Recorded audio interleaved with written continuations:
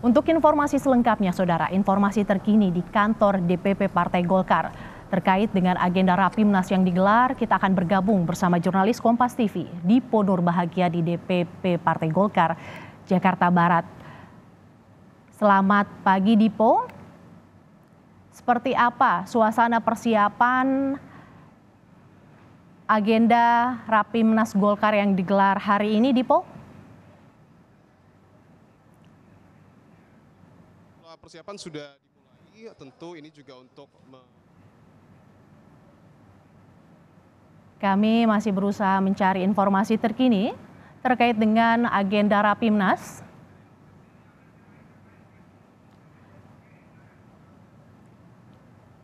Dipo, saat ini Anda berada di lokasi Rapimnas di kantor DPP Partai Golkar. Seperti apa persiapannya dan apa target yang akan dihasilkan dari Rapimnas yang digelar pada hari ini, Dipo?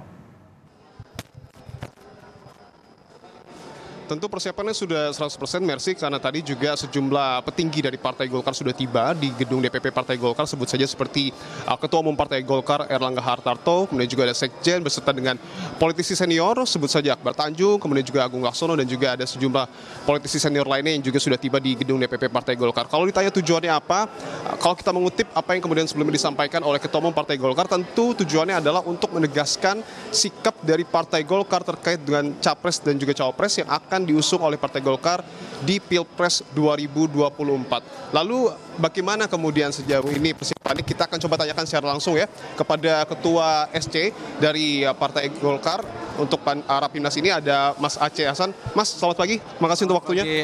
Assalamualaikum, selamat pagi. Semangat ya Mas, Rapimnas ya Mas ya. Insya Allah. Kalau boleh cerita sedikit Mas, sejauh ini Rapimnas sudah sejauh mana persiapannya dan apa-apa saja nanti yang akan dilakukan di dalam Rapimnas?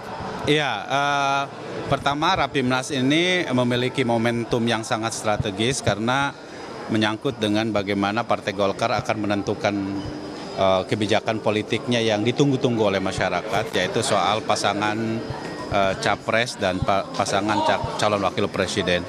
Alhamdulillah, barusan kita mendapatkan kabar bahwa Bapak Prabowo Subianto juga telah tiba di arena Rapimnas, dan tentu nanti di dalam Rapimnas ini akan ditetapkan secara resmi Bapak Prabowo Subianto sebagai calon presiden dari Partai Golkar.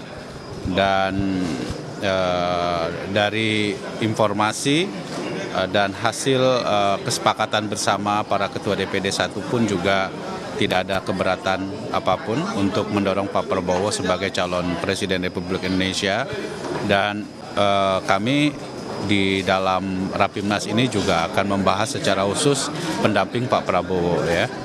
Dan mudah-mudahan ya kita telah menetapkan di dalam Rapimnas ini nanti gitu ya siapa calon wakil presidennya, dan kisi-kisinya sudah disampaikan oleh Ketua Umum Partai Golkar Bapak Erlangga Hartarto, dan mudah-mudahan kita konsisten untuk mendukung anak muda mendampingi Pak Prabowo.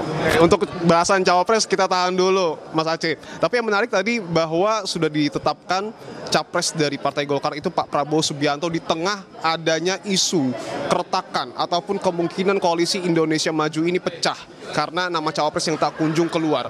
Artinya ini sebagai penegasan juga bahwa Golkar akan tetap berada di dalam koalisi Indonesia Maju dan mendukung Pak Prabowo, begitu ya? Iya, kita konsisten mendukung Pak Prabowo, dan alhamdulillah Pak Prabowo telah hadir di arena Rapimnas ini, dan tentu ini ya menambah semangat kader Partai Golkar di Indonesia ya, yang secara resmi nanti Pak Prabowo akan ditetapkan gitu. Ini langsung ke Cawapres saja nih karena waktunya juga tidak banyak. Tadi kan ciri-cirinya muda, kemudian juga tentu berpengalaman, mungkin sebagai kepala daerah. Kalau dilihat tadi satu kursi ada tulisan nama Mas Gibran, ini akan datang atau gimana, Mas? Insya Allah ya, kita tentu berharap Pak Prabowo sebagai pemimpin senior akan didampingi oleh pemimpin muda gitu ya. Artinya ini belum berani negasin apa gimana nih? Enggak, saya tidak bisa mendahului keputusan Rapimnas, tentu nanti akan secara resmi Ketua Umum Partai Golkar akan menyampaikan itu. Oke, artinya tidak boleh mendahului siapa cawapresnya, tetapi kursi untuk Mas Gibran sudah disediakan, betul ya? Ya, insya Allah. Pukul berapa kira-kira, Mas? Ya, rencananya sekarang Pak Prabowo setelah tiba, mungkin kita dalam beberapa menit ke depan akan segera dimulai. Mas Aceh, terima kasih banyak karena nampaknya semakin sibuk. Silakan untuk mengurusi Rapimnas. Terima kasih banyak, Mas Aceh. Itu tadi, saudara, perbincangan kami dengan Ketua SC Rapimnas Partai Golkar, Aceh Hasan, yang menyebut bahwa tentu ada 2 poin menarik. Yang pertama adalah Partai Golkar tetap teguh, tetap konsisten untuk kemudian mendukung dan juga mengusung Prabowo Subianto sebagai calon presiden pada pemilihan presiden 2024. Dibuktikan juga tadi beberapa saat yang lalu sudah tiba di gedung DPP Partai Golkar, Ketua Umum Partai Gerindra Prabowo Subianto, Mercy dan juga saudara, disambut secara langsung oleh Ketua Umum Partai Golkar Erlangga Hartarto. Poin kedua yang menarik adalah bahwa sudah ada kursi yang disediakan untuk putra sulung Presiden Joko Widodo, Gibran Rakabuming Raka, dan tadi pun kisi-kisinya sudah sangat jelas bahwa akan ditunjuk cawapres dengan ciri-ciri muda dan tentu juga berpengalaman. Ini yang kemudian tentu kita tidak bisa mendahului, tetapi kalau kita lihat dari clue-clue yang ada di DPP Partai Golkar, apalagi tadi juga Aceh Hasan sudah menyebutkan bahwa Gibran akan datang kemungkinan besar di DPP Partai Golkar untuk mengikuti Rapimnas Partai Golkar, besar kemungkinan apa yang kemudian menjadi spekulasi di tengah publik bahwa Prabowo Subianto akan berpasangan dengan Gibran Rakabuming Raka ini akan terrealisasi. Tetapi sekali lagi kita tidak bisa mendahului, kita masih harus menunggu bagaimana kemudian dinamika yang terjadi di Rapimnas Partai Golkar. Apakah kemudian spekulasi-spekulasi yang mencuat di tengah publik ini akan menjadi kenyataan, kita akan tunggu bersama, Mercy.